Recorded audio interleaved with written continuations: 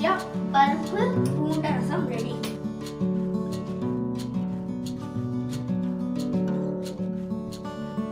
இப்போ egg masala roast.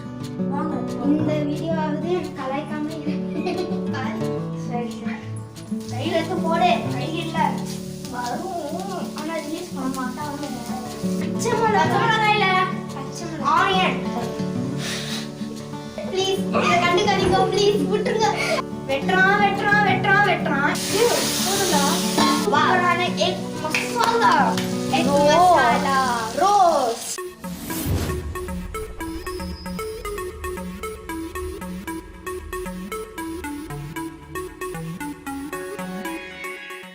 Egg கறி masala ready பண்ணுறதுக்கு ஒரு 4 ஸ்பூன் எண்ணெய் போட்டுக்கலாம். சரி, எண்ணெய் பத்தலைன்னா நீங்கள் இன்னும் 2-3 ஸ்பூன் கூட நீங்கள் போட்டுக்கலாம். ஸோ நான் ஃபஸ்ட்டு 4 ஸ்பூன் எண்ணெய் போட்டுறேன். சாரிப்பா. இப்போ 1/2 ஸ்பூன் சோம்பு, 1 இன்ச்சு இஞ்சி பூண்டு. அப்புறம் எவ்வளோ பூண்டு போட்டேன்? ஒரு 3 பூண்டு அப்படியே சாப் பண்ணி வச்சுருக்கிறது. 3 பெரிய பூண்டு சாப் பண்ணி வச்சுருக்கிறது. அதை நம்ம ஆட் பண்ணலாம். ஐயோ சாரிப்பா, லேட் ஆயிடுச்சு. சீரம் கையில் எடுத்து போடு. கை இல்லை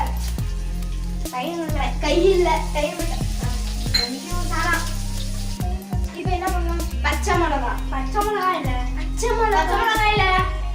ஆனியன். பச்சை மிளகாய் பண்ணணும்.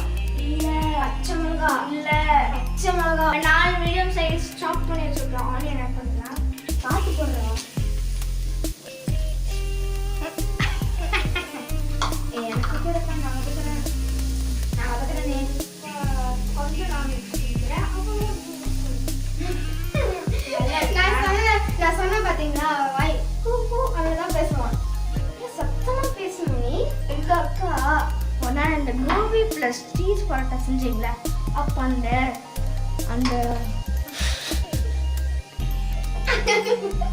ப்ளீஸ் இதை கண்டுக்காதீங்க ப்ளீஸ் விட்டுருங்க. கண்டுக்காதீங்க. அது அவன் வேணும்னு நான் கலைக்கிறனால அவனுக்கு கலைக்கிறான். ஆனியன் ரைத்தாக்கு ரொம்ப கிரீமியா இருக்குன்னு சொல்லிட்டாங்க. கிரீமியான அப்படின்னு சொன்னேன்.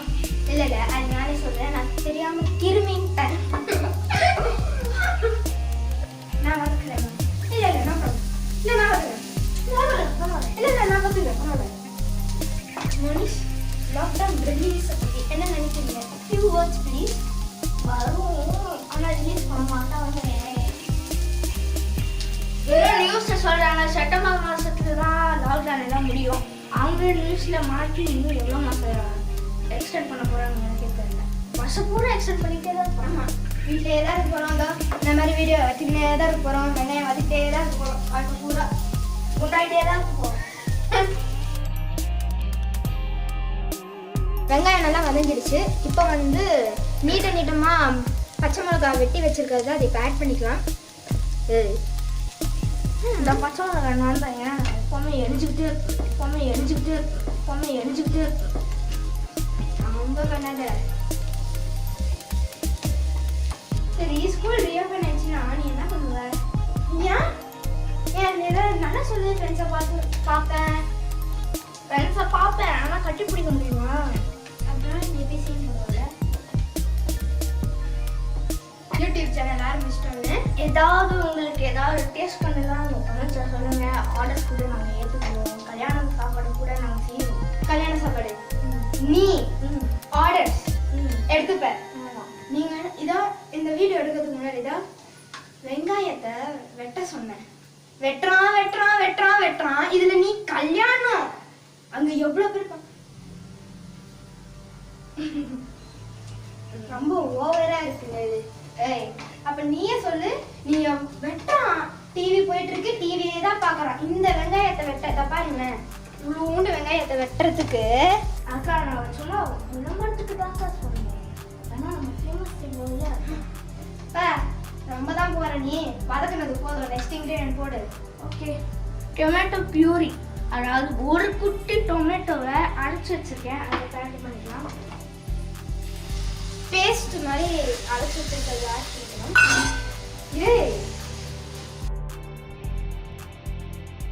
இப்போ 1/4 டீஸ்பூன் டர்மரிக் பவுடர் ஆட் பண்ணிக்கலாம். ஆமாம், ஆட் பண்ணிக்கலாம். கரம் மசாலா தூள் ஆட் பண்ணிக்கலாம். உங்களுக்கு தான் தெரியும் கரம் மசாலா ஏன் ஆட் பண்ணுறோம்னா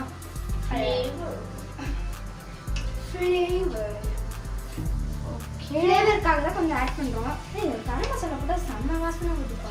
ஓகே, இப்போ குழம்பு மிளகா பொடி, வீட்டில் அரைச்ச குழம்பு மிளகா பொடி 1.5.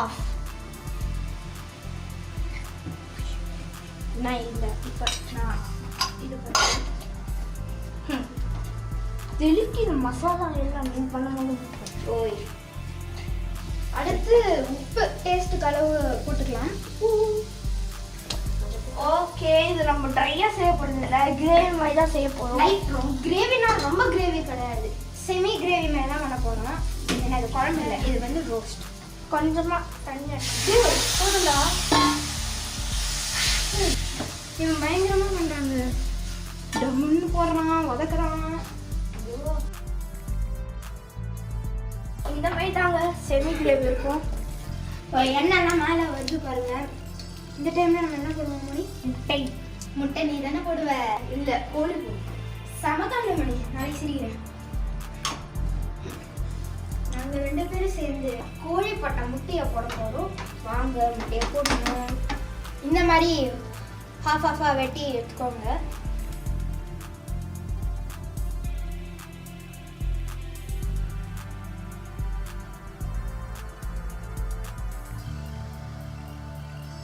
இதை அப்படியே வந்துட்டு பெரட்டுங்க.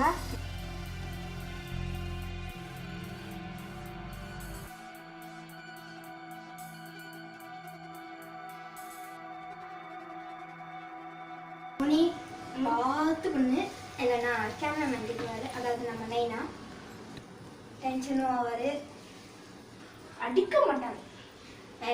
ஒன்று அடிச்சதில்லை.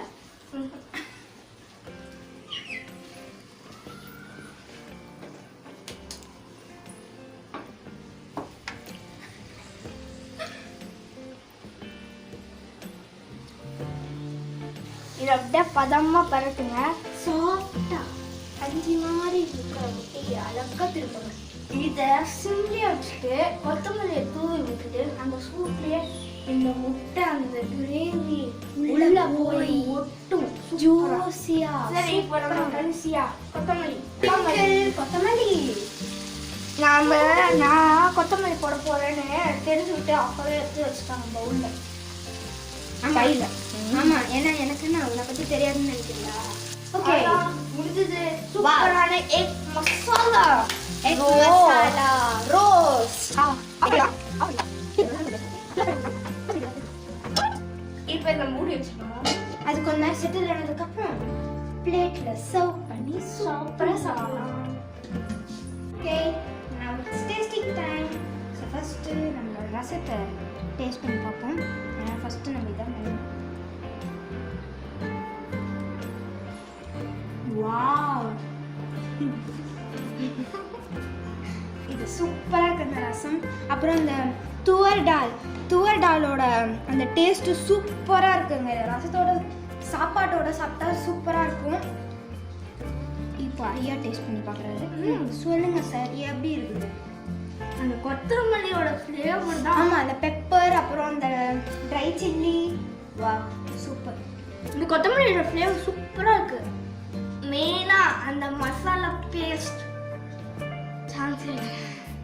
யா, okay, now egg roast taste பண்ணி பார்ப்போம். இது எங்கள் அம்மாவோட டிஷ். ஆக்சுவலி சூப்பராக, அது ஆக்சுவலி சப்பாத்தி அப்புறம் சப்பாத்தி பிரெட்.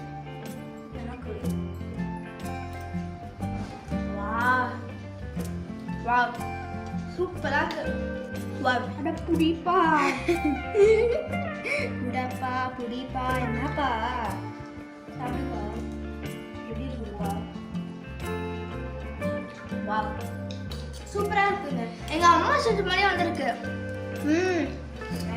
எதுவுமே இல்லைனால நாங்கள் ரசம் அப்புறம் எக்கை வச்சு சிம்பிளாக லைட்டான லஞ்சாக சூப்பராக நாங்கள் ரெடி பண்ணிட்டோம். ஓகே, இந்த 2 டிஷ்ஷும் உங்களுக்கு பிடிச்சிருந்தா நீங்கள் எனக்கு ஆர்டர் கொடுங்க. இப்படி சொன்ன மாதிரி பசிக்குதுப்பா சாப்பிடுங்க. அதுக்கு முன்னாடி லைக் பண்ணுங்க, ஷேர் பண்ணுங்க, சப்ஸ்கிரைப் பண்ணுங்க. தேங்க்யூ. பாய் பாய்.